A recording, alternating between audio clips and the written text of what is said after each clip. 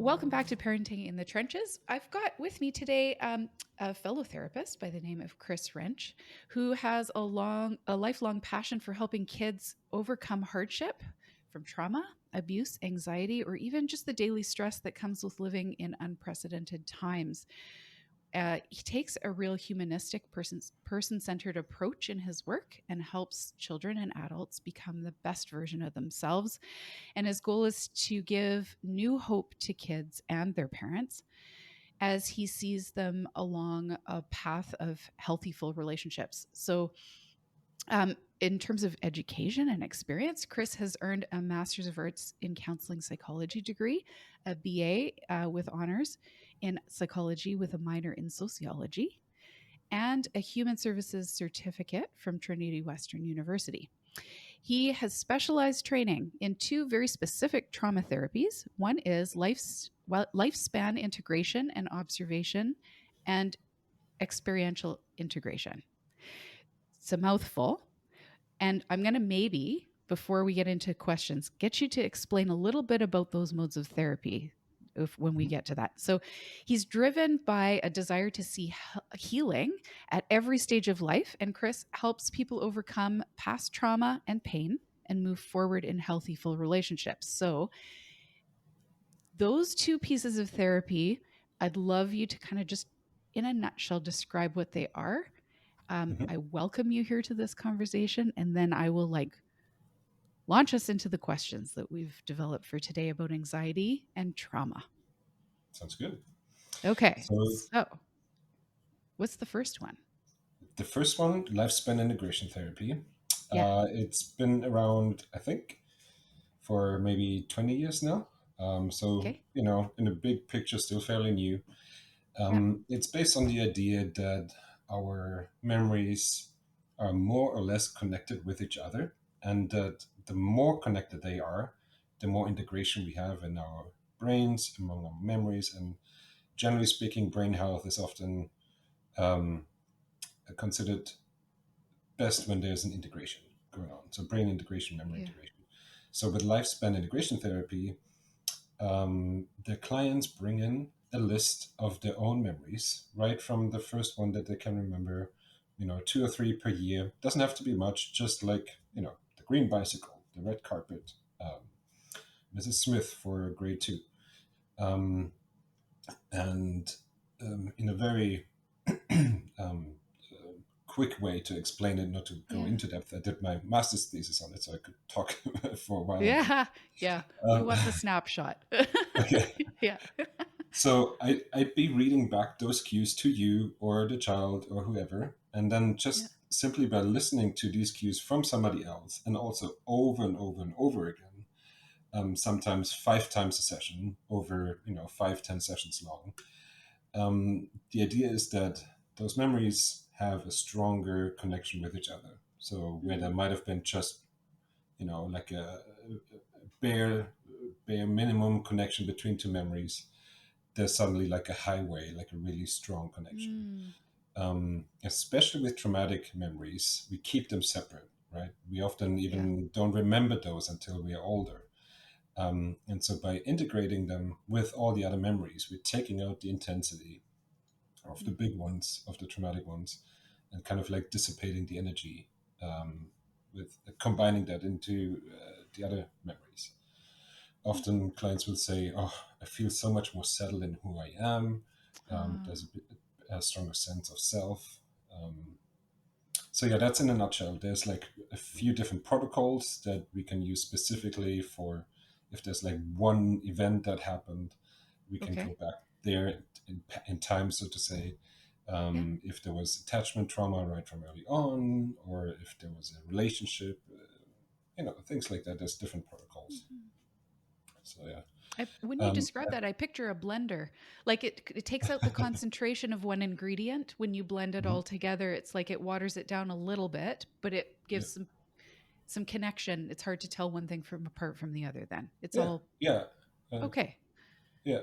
Cool. The other Okay. metaphor that's often used are tree rings. Like every memory is a ring, and then the tree is the whole thing, right? We are the whole thing, but we are an accumulation of all the different rings. And so with treehouse, knows that with lifespan integration therapy, Yeah. that feeling of one tree is getting stronger and stronger.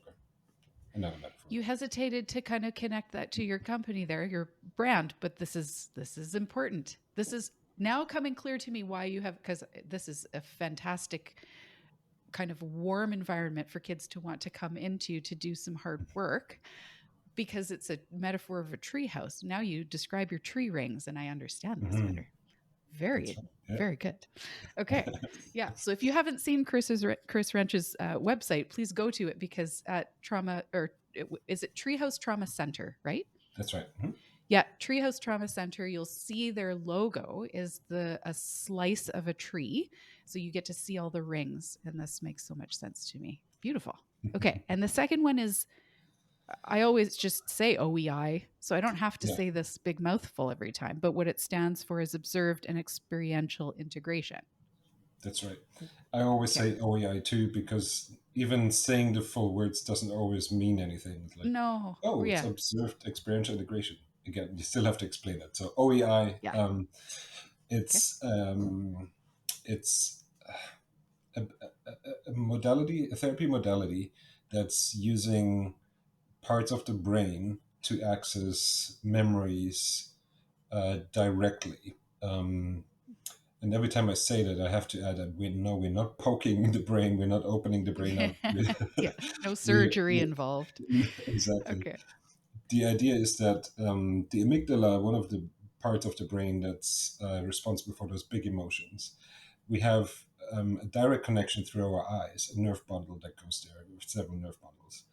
And we can use that nerve bundle to access the amygdala and kind of bypassing all the words, the talking that might mask it, or we have to be able to find the right words in the upstairs Mm-hmm. brain and to describe something that's going on in the downstairs brain. And with OEI, we can use that connection directly. There's no poking of the eyes, there's no anything Yeah. like that. It's just eye movement, similar to EMDR, if Yeah. listeners know what that is. Sometimes they do. So it's kind of a cousin to EMDR, and it uses Okay. eye movement, different positions of the eye to access information in the amygdala and then release it. Okay. And the idea therapeutically to access and raise it, what do you do with it? Hmm. Is what's the It's process for healing in that? Yeah, that's a good question. We use a three-phase approach in trauma therapy. We create safety first, then we do the Mm-hmm. processing, which I use OEI for, Yeah. or lifespan. And then phase three is kind of, okay, now we've processed this. What does that mean for my life? Have to Okay. do the things that are the things that need to be changed, etc. And so a session might look like that we come in, we do a little grounding exercise, maybe 20, 30 minutes of OEI processing. It's Mm-hmm. often very intense. So I, as a therapist, need to make sure that you, as a client, are Mm. always within your window of tolerance. Yeah. And then at the end, it's kind of like, okay, so we're putting our thinking cap back on. Let's talk about what just happened, some of Mm. those experiences. Um, Okay. I find it's very um, it's one of the quickest ways to process traumas that I've seen. Um, Also, one of the most intense ones. So Yeah. I don't suggest it for everybody, especially Okay. early stages of process trauma therapy, Yeah. because wow, sorry, there was a big thunder outside. Did you hear that too? I did hear something. Yes. Oh, We have apologies. some wild weather in our background. um, so yeah, early on in trauma therapy, I wouldn't necessarily use it first session because there might be um, memories come up that have been covered up, or the intensity might emerge. And then I, as a therapist, always need to make sure that my clients are Mm. able to process what's coming at them. So, yeah, Yeah. kind of a So we precision have to tool have that you the, need to be doing. yeah, more of like you can assess the capacity for the person to come back to being grounded again. And if we can't move to that, then that's not probably the best time to be That's doing right. that Yeah, therapy. that's right. Okay. Yeah, Okay. yeah. And just on a side Yeah. note, for using it with children is looks Yeah. often very different than using it with adults. Okay. So often with adults, I take many sessions and often full sessions of that. While with kids, very often because of the neurological or even emotional Hmm. defenses aren't as strong yet. Sometimes what we call switches by covering one eye and then the other eye. That's one of the strategies that we use. Sometimes 5-10 minutes it's all that it takes to take like little Johnny from a 8 down to a 4 or Wow. again it doesn't work for everybody Yeah. it the same way, but it's I found it quite helpful.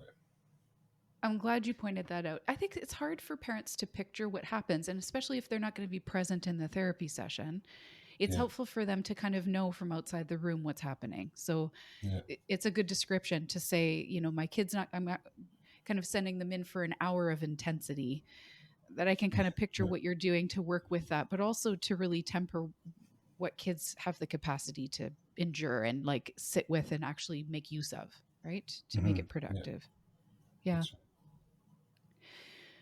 Today's topic was going to be kind of a little bit of a hybrid. Sometimes we get really specific about things and we say, okay, we're just talking about anxiety, or we're just Mm, talking about depression, or we're just.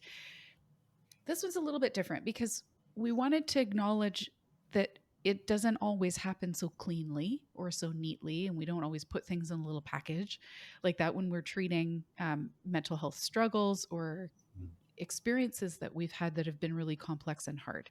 And one of the common overlaps that I'm hearing a lot of parents bring up, but also feel confused about, is the overlap of anxiety mhm, um, in terms of not just feeling anxious in appropriate circumstances, but when it feels disordered, when it gets in our way and it's not functioning for our kids. It's that version overlapping with, has there been trauma? Or should I be mhm, worried if there's trauma? Like it was a sudden change, or mhm, and there's confusion about like what are we treating, what should I be looking for to support them. So before we get to the resource part of it, I'm wondering if you can help us in the conversation about how those two show up in overlap. mhm. And part of the way I wanted to ask the first question was kind of chicken or egg, because I think it maybe feels a little bit hard to say which came first. Like was my kid always anxious and I just didn't realize it, and then something bad happened and now Mhm. we call it trauma? Or did this create an anxious kind of presence in my child because they've Yeah, experienced something hard? yeah. Or even a third one is trauma maybe becoming almost a buzzword of like, oh, everything is traumatic. Yes. Yeah. So, so the way that I understand trauma is that it's an event that happens to us that's at least temporarily overwhelming our capacity to handle what's in front of us.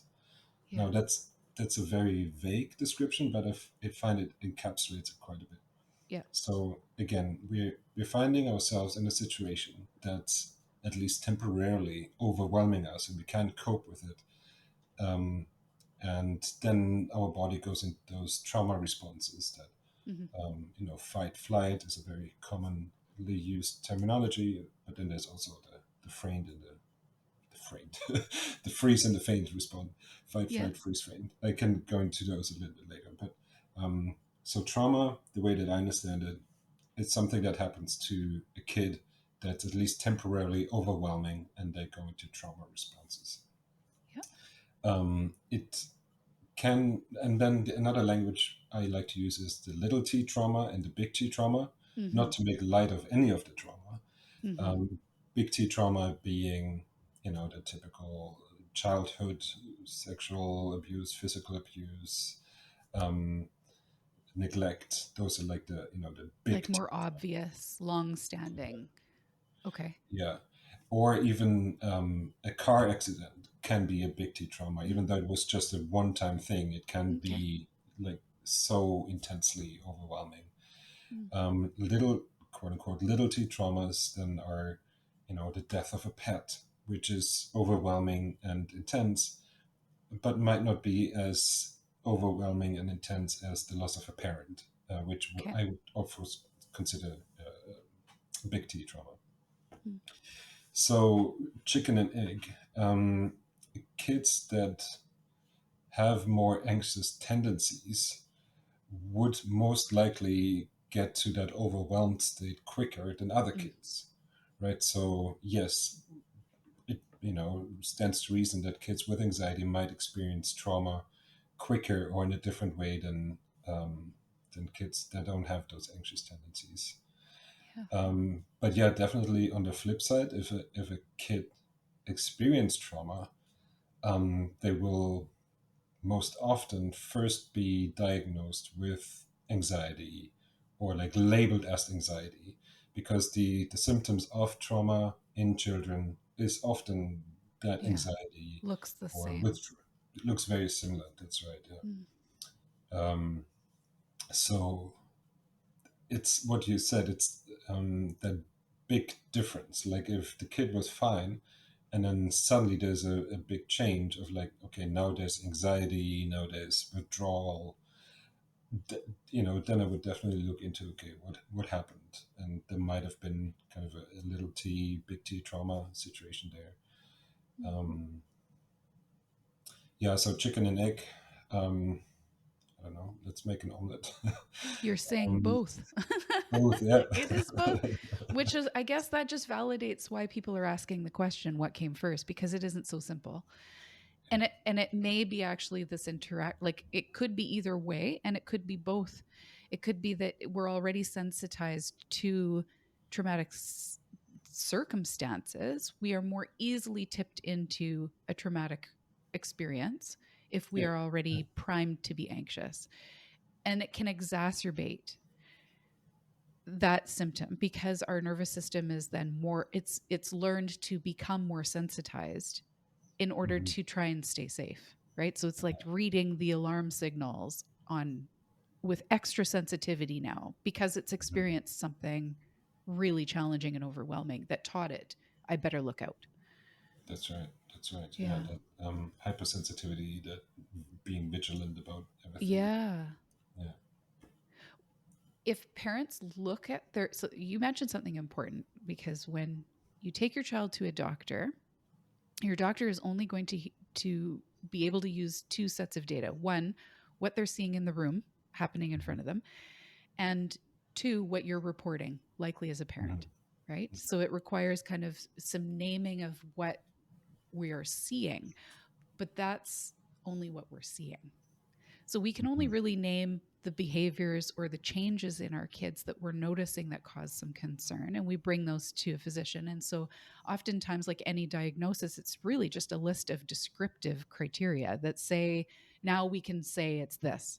But there's so many overlapping symptoms for many different labels, right? Yep. And so when we name those things and we kind of say, well, looks like anxiety, do we have concerns about parents saying, well, I better find treatment for anxiety if it's actually trauma? Are we taking parents down a wrong track, or is this a good gateway to come in, and will it still be helpful? A very good question. So if so, what you're saying is if the parents bring in the kid to bring in the child to the family doctor says yes, anxiety, go see a therapist about anxiety. Um, it's I I don't see the necessarily that being harmful, right? Mhm. It's they'd still get help for the anxiety, those kind of behaviors.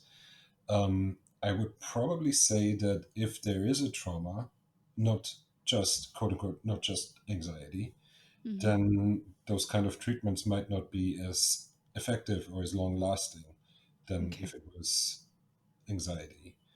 Um, Trauma, um, luckily, is becoming more and more part of the training of all of us therapists. So even if as a parent, go to a therapist that aren't advertising themselves as a trauma therapist, the likelihood that they would be able to pick up on, Mm. okay, there's more than just anxiety is increasing, right? Okay. Because that training is out there, and podcasts like yours, and we've got Yeah. many trainings for therapists. So um, I don't, I can't think of a scenario where that could be of harm, like bringing your Okay. child in for quote unquote just anxiety therapy, because there's usually an awareness going on. Yeah. So, what would a trauma informed lens add to?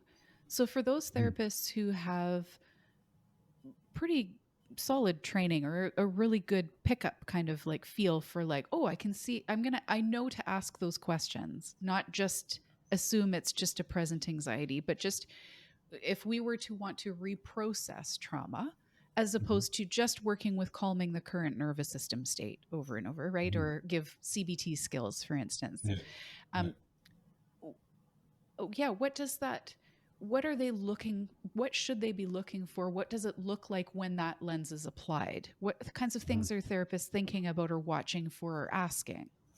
Yeah, that's a very good question. Just from the top of my head is I'd say any kind of expressive play will Yeah. be extremely helpful for both anxiety and trauma. And by expressive play, I simply mean anything that's not um, anything that there isn't a right way or wrong way to play with. Mm. So I'm sure you're. I haven't had a chance to see your playroom yet, but all Yeah. both of our playrooms here, there are very few games that have rules. Right? We have a Yes. board game, a few that have rules, but even those are flexible. But Yeah. the Lego that we have, there's no instructions. The watercolors don't come with instructions. The Hmm. dolls, everything they so kids can use them in the way that they want to. They can Mm. use those toys to express themselves and what's going on in them. Yeah. Um, so there's a wisdom inside the kids that they will play whatever is on their mind, on their feelings, I should say, like whatever is going on inside of them. And through that expressive play, they there's two things happening. They show the therapist what's going on. They will create a scene. They build something with Lego that kind of shows them what's going on inside, or in a sand tray, or again drawings, paintings. So that is going on. So as therapists can see what's going on, and there's a lot of interpretation needed, and Hmm. we don't always get it right. Yeah. But we don't have to, because that second part is almost like auto corrective. Like Mm. they play it, they see it in front of them. It's like, oh, okay, um, all right. Now it's out of me. One, it's Yeah. like us talking about something, and Yeah. then also like I see it in front of me, and now I can change it. I can destroy it. I can move on. And none of that will be like conscious processes of like, okay, now I'm turning it 90 degrees and look at Right. it this way. It's Right. kids, the intuitive, right? It's something we, by the way, Yeah. have to learn to do again. Um, but that intuition will help the kids problem solve just by playing.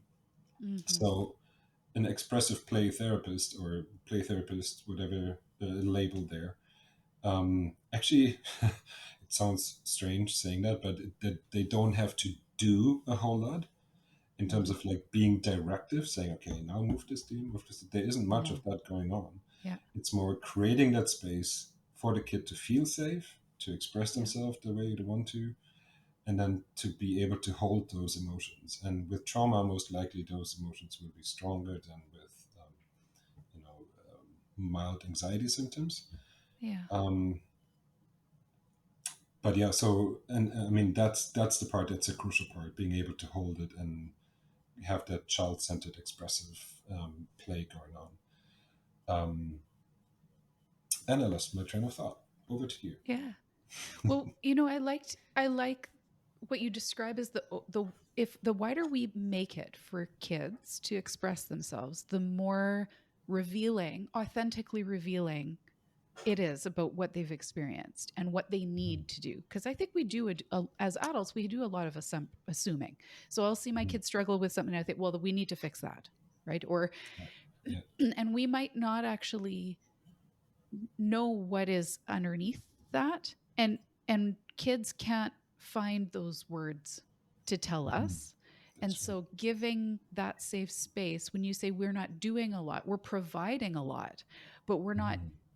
instructing and we're not directing, because that actually prevents the child from being able to reveal what's actually happening underneath. And you're right, it's not conscious. So I love that space that gives the tools or the environment that feels safe enough to access that for kids, Mhm. and for us to be able to reflect back and notice just helps mirror, there is what you experienced. Aha, that is what's happening for you. And we don't actually have to get much right, right? Because it's, yeah, and as soon as we put our Yeah, interpretation in there, we're guaranteed to get it wrong. So we just that's right. reserve Yeah. that, but it's Yeah. purposeful. Yeah. So I like that option. And I think, for parents to maybe have the freedom to not have it all figured out too, that when they bring their child, they don't have to say, here are the things we need to change and this is how we're going to go about it. That actually doesn't have to be the effective plan. It's, let's see what happens for the child. Yeah. And we're going to give the right safe environment to provide that child with the ability to let it out and then interact with it as though they have some control or agency. That's right. Yeah. And back to your original question too about how would a trauma-informed therapist do it Mm-hmm. differently? So they would very much do what you and I just described, um, looking at it through the trauma lens. So if there's a known trauma, then we are able to interpret like these kind of plays in a different way. Sometimes with trauma, um, the kids get stuck in a certain play, in a certain theme, so that Yep. autocorrective situation isn't happening because they're stuck. They can't get out of it. Re-experiencing it. Okay. Yep. Exactly. And so then this is where then I, as a trauma informed therapist, would step in a bit more, Mm. and in the form of a character. Let's say the kid is playing in the sand tray with animals. The way that I would interact then is to go into that story with another figure, um, usually a kind of a helper, I don't know, police, Mm-hmm. nurse, doctor, that kind of teacher, whatever feels safe, and kind of help the character, maybe offer some solutions or just whatever. It's a very intuitive process usually that's going on Yeah. between the child and the therapist. Um, and then to help the kid that way, to help the kid get unstuck. Um, Mm. and this is where then the lifespan integration therapy also kicks in for me, even though I might not have all the words from the timeline right there. But if they get stuck and I know which moment they are stuck in, I can then also take them all the way to the present, right? Mm. So let's say kiddo is 10 years old, whatever happened at 7, and they play through over and over again what happened at 7. I can help them get through this and then say, yeah, and then you went to first grade and second grade, and then you went to Disneyland vacation, and now you're here. Now you're 10. You're not 7 anymore. You're 10. Yeah. Um, so that's often a very, often that's something that will look differently in trauma play Mm. therapy than quote unquote just expressive. Facilitating the movement and the integration. Okay. Yeah, That's a goal, that's part of the yeah, work. yeah. I, when you were speaking there, I was thinking of Dr. Gabor Mate's kind of succinct definition of trauma. And the idea that he puts out there is that we aren't traumatized primarily by the incident that occurred, but by being alone in the pain. Mm, So it's the aloneness. And it doesn't mean there weren't people around, but I have like a lot of conversations with, had some conversations with youth recently who have had siblings watch them go through some incredibly traumatizing experiences. So as a sibling, watching that was traumatizing for them. And the parents were so in the crisis with that older child that the younger kid felt very alone. Even they were in the room, they were interacting, but their experience was that I was kind of abandoned temporarily because they had to be, because the parents had to attend to the crisis of the other child. But it's, so for us, and I say it that way because I don't want parents feeling guilty for not having shown up, or because Mm, we have this belief that we should always be able to protect our kids from these things or whatever. We cannot. So I don't want to send that message. I want to articulate that this isn't because you could have done it any differently, but the reality of the lived experience for that traumatizing moment for that child was that nobody could be there for me in the way that I mm, needed. And because I was alone in that, it got stuck. Like it kind of got imprinted in my nervous system, and I feel really insecure about it now. Like I'm mhm. not stable anymore. I don't feel that sense of assumed safety that I can handle what's coming at me. Yeah. Um, right. And so I wanted to also ask you about how that looks then in youth, because how are you working with youth who have experienced trauma when you're trying to access that in kind of that broad, non directive? What does that look like if it's not in a sand tray? Right. Mhm, mhm. Um, so with youth, it's very often similar to what you experience in adult therapy, Mm-hmm. just because that the parts of the brain that can create insight, have developed more, and Yeah. so Yeah. I'd be working, with around that, around insight, and trying to help them uh, get unstuck there. How would I Mm. do it differently? Arts, generally speaking, I would still use with any adult. Like I had Yeah. a 65-year-old client in Yeah. here a few days ago, and we drew something together, right? Because Yeah. it's one of those things that Access is bypasses the something. thinking. Exactly. um, movement is another thing, like physical body movement. Okay. So with t- preteens more, not so much with teens. Um, just in my own practice, not that there's a Yeah. big difference, but we have a backyard here at Treehouse Trauma Centre, and we just go out and um, I don't know, play badminton or kick a Mm. soccer ball. And sometimes we use, when we get stuck in session, we can go out and move around, which then, creates distraction, but also our bodies hold some of those memories. Our bodies keep score of the trauma. Yeah. Um, and so moving in times where you weren't able to move Yeah. creates that additional kind of breakthrough. Mm. Um, yeah, so that's maybe Yeah. Those are one great. thing that would, yeah. I'm always so encouraged too when I hear. I, I I always like to blur the lines a little bit about like what happens in a professional therapy session and what parents can Mm, do to support their kids at home, yeah, because we see them an hour a week maybe, and parents have them under their influence and like yeah, in relationship all the rest of the time. And so I know so many times parents will come saying, I need the support because I have to know how to respond to those moments when I see them get stuck, when mhm, they isolate in their rooms, when they refuse to eat, when they won't see the friend that I know that they're really connected to, when they're terrified to go to school, when they're, what do I do in that? And mhm, when I hear, some of those therapeutic tools get demystified when we say, why movement works, mhm, because it seems a little weird, right? So we could say, well, just go throw a ball out. I'm like, well, that's therapy. But what's therapeutic about it is that it's timely, it's in the moment where someone's experiencing helplessness or I'm trapped, and we're giving them an avenue to not feel trapped in their body. So movement counters that, right? It's like mhm, same as people who get hyper vigilant vision or like narrow vision when they get scared.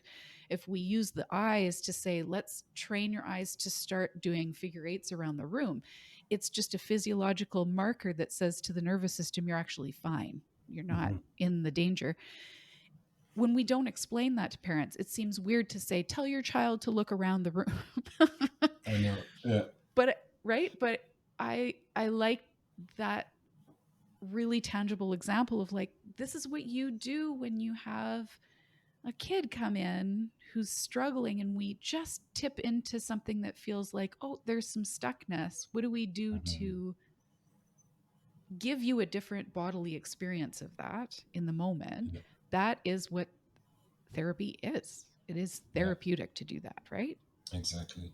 And in addition to that, too, it's the connection, right? Yeah.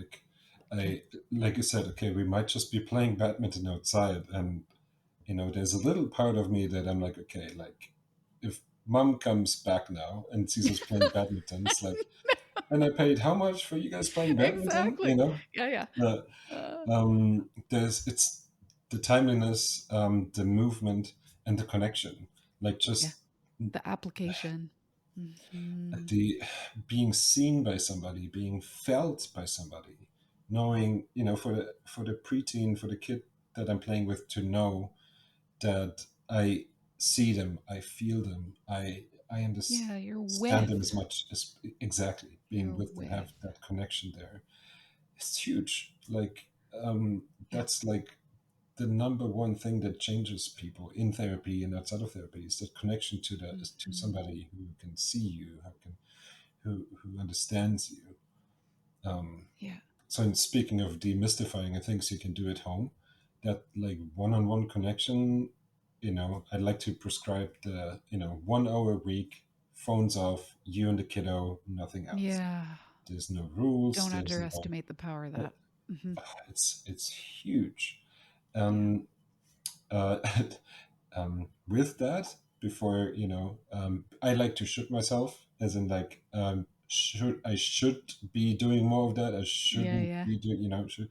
Yeah. So I have a 8-year-old and a 5-year-old at home that, as far as I know, haven't experienced trauma other than maybe my Yeah. parenting. But it's that it's that that connection. We don't have to be perfect all the time. No. Like it's my understanding that as long as we are most of the time, Yeah. aka 60% of the time, as long as we have a Yeah. good connection with the kids, they'll be fine.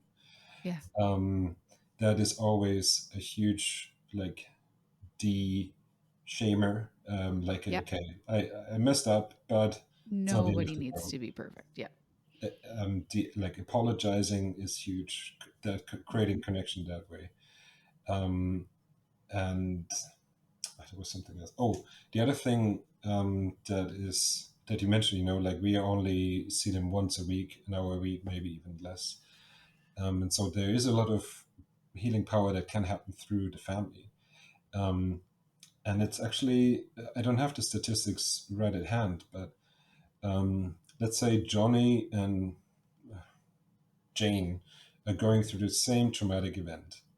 Um, Johnny has a great connection to his family. Jane, unfortunately, not. There is like Hmm. emotional disconnect, or whatever you want to call it, but that attachment isn't as strong as in Johnny's family. Um, Family connection won't protect us from going through the trauma. Like you said, we can't always be there. Even if we Hmm. are, we might not be able to be there in the way that they needed us. But in the aftermath, having that Hmm. family connection will help the kids bounce back quicker than Okay. kids who don't The have that family repair. connection. Yeah, Okay. yeah. So Uh, the after effect, the aftermath will be uh, will look very different than yeah. in kiddos that might not have that attachment figure in their life. Yeah. So also this encouragement to to the parents out there that if there was trauma, maybe trauma that hasn't was under the radar or it wasn't seen by the parents, it doesn't matter. Like if you can be there for your kid once then Yeah. they'll bounce back so much quicker. Yeah. Yeah. It's really encouraging. And I think it also speaks to parents getting their own support. Um, Definitely, yeah. yeah. How much more can happen when parents are feeling like they've got someone who, without any shame or judgment, will hold space for them to process what they're worried about, what has happened, what they feel like they've maybe contributed to, like all the beliefs and the thoughts that we bring show up in our reactions to our kids' trauma when they bring it to us, right? So Yeah, yeah. doing our own work around like how am I responding to that and what do I see or not see about how I'm responding to that goes so far in being really present and validating and helpful and therapeutic for your kids while you're trying to support them. Oh yeah, big time, big time. Yeah. There's and it was talked about in previous episodes, like those minute triggers, right? They like raised eyebrows or flushed faces by Yeah. that kids can pick up on that we might not even know. Yeah. By us going as parents going into therapy ourselves, we can like those kind of minute little triggers will come less because Yeah. well you're emptying your stress bucket and then you have more room in your Yeah. system. Well, and even if we don't feel like we've resolved them, even knowing about it already is the step in the right direction, because in the moment I can be imperfect and I can have kind of had my reaction, but I can then name it. So I can say to my kid, okay, I just noticed, I'm wearing my grumpy, worried face, and I'm just going to Yeah, take a breath, and then I'm so sorry. Let's talk about that, which is powerful. Can you imagine if anybody did that to you? How forgiving we tend to be with each other. It's not too yeah, late. And yeah, so I think sometimes we feel like if I can't handle it the way I idealize in my head, then I'm better off actually staying away from it. Don't bring it up. Don't go near them. Let them sort it out, have their tantrum, do their whatever thing, and then we'll just carry on because, ooh, we got through that one, mhm, which is not the therapeutic way. But I think I get why we have that belief that we're actually doing our kids a better service by trying to like, whew, just stay out of it because I don't want to have my negative reaction. But if we do some of the support work of just being aware of like what's happening for me when that comes up for my kids, mhm, helps me be able to notice it in the moment. And I can say, oh, this is really overwhelming. Let's go move first. Let's go for a yeah, walk first. This isn't the time we yeah, talk about it. This isn't, but I'm here for you. yeah, But without kind of doing our own work around noticing that, we won't know what to name. And then yeah. our kids do all the guessing for us, right? Which is the hard part of those relationship ruptures is makes the kids feel like they're responsible for making us okay. And we don't want that. No. And Yeah. you had a great episode a few months ago with Lisa Dion, synergetic play therapy. Yeah. She has like I'm a bit of a fanboy for her. She's an Yeah, amazing me too. explainer for therapists, but also for parents. Yeah. Exactly that. Like we need to um, synchronize our nervous systems, connect on that Yeah. level, and if we are hyper, they'll get hyper and all that. She's an amazing teacher and Yeah. um, explains that really well. That yeah, just what you just described, Yeah. the regulating, co-regulating. Yeah, that was one of the earlier episodes we did. I was so excited to have her on because it was her that changed my whole frame of how I work with my own kids. How do I Yeah, parent my kids? And also how I work with other children and support parents, and she's phenomenal. Yeah. I might just add that link back in. So if parents want to check that out, go to the show notes and I'll link in that previous episode so you can find it. Um, before we wrap up, I would like just to know like you've done this work for so long, for parents who are hungry to understand trauma in childhood better, do you have kind of go-to resources or things that you tend to hand out to families to better understand, either reading or webinars or anything that you frequently kind of rest in on or lean in on and say this is an added support for you if you're curious yeah. about knowing more? Um, Unfortunately, I haven't come across one yet, a resource, a book yet. But Yeah. my list isn't exhaustive, Yeah. obviously. I always like to go book to. Sorry, I always like to go back to any of Dan Siegel's books because Yeah. even though they are not trauma specific, again that attachment piece, and he's Hmm. describing this so well. Um, that attachment piece is huge, Yeah. especially when it comes to trauma. Yeah. So, depending on the situation, I would start by suggesting Parenting from the Inside Out. It's an older book Okay. by him, Dan Siegel, but it's the idea that we parent the way that we've been parented unless we change something and become aware of it. Mm-hmm. Um, and then the other one is The Whole Brain Child, The No Drama Discipline, The Brainstorm, Yes Brain. All of them are great books. Yeah. I like That's that you mentioned that one actually because it has a workbook as well. The Whole Brain Child has a workbook, and I've mhm, noticed that a okay. lot of parents who have purchased even just the workbook, it has good synopsis for each kind of like flow of asking questions that really Yeah, help from a parent lens. It's not just for professionals, but yeah, yeah, that's a good workbook to definitely. have. It's yeah, just like you mentioned, Lisa Dion has impacted your parenting. Dan Yes. Siegel has impacted my parenting a lot. Yeah. So, yeah. Okay. If Great. now in terms of trauma specific resources, Yeah. when it comes to complex trauma, and complex trauma is if it's not just one event but an Mhm. accumulation, especially early on. There's a website. It's a mouthful. The International Society for the Study of Trauma and Dissociation, the ISSTD. Okay. Um, and they have resources for parents Mm. on their website, and there's a cheat sheet, a fact sheet. I think they've got some books on it too. Um, they focus on quite a bit on dissociation, which we haven't touched on, but dissociation is Yeah. a big quote unquote side effect of trauma. Um, so if the children have experienced more complex, that's a resource that I would suggest. Excellent. Um, yeah, locally there's also I want to say the Kennedy House. I think they have Mm. quite a bit of resources, and the Complex Trauma Institute. Is that what it's called? Yeah. Chuck Ellis. Yeah. I usually refer Yeah. to him as well. Yeah, Excellent. Thank you. yeah, It was great to speak with you today. yeah. I, Same I here. was Really enjoyed this. we're at 46 minutes already. I kind of had in the back of my mind this little inspiration to ask you kind of about like what about kids who have experienced trauma and then don't know how to re-enter school.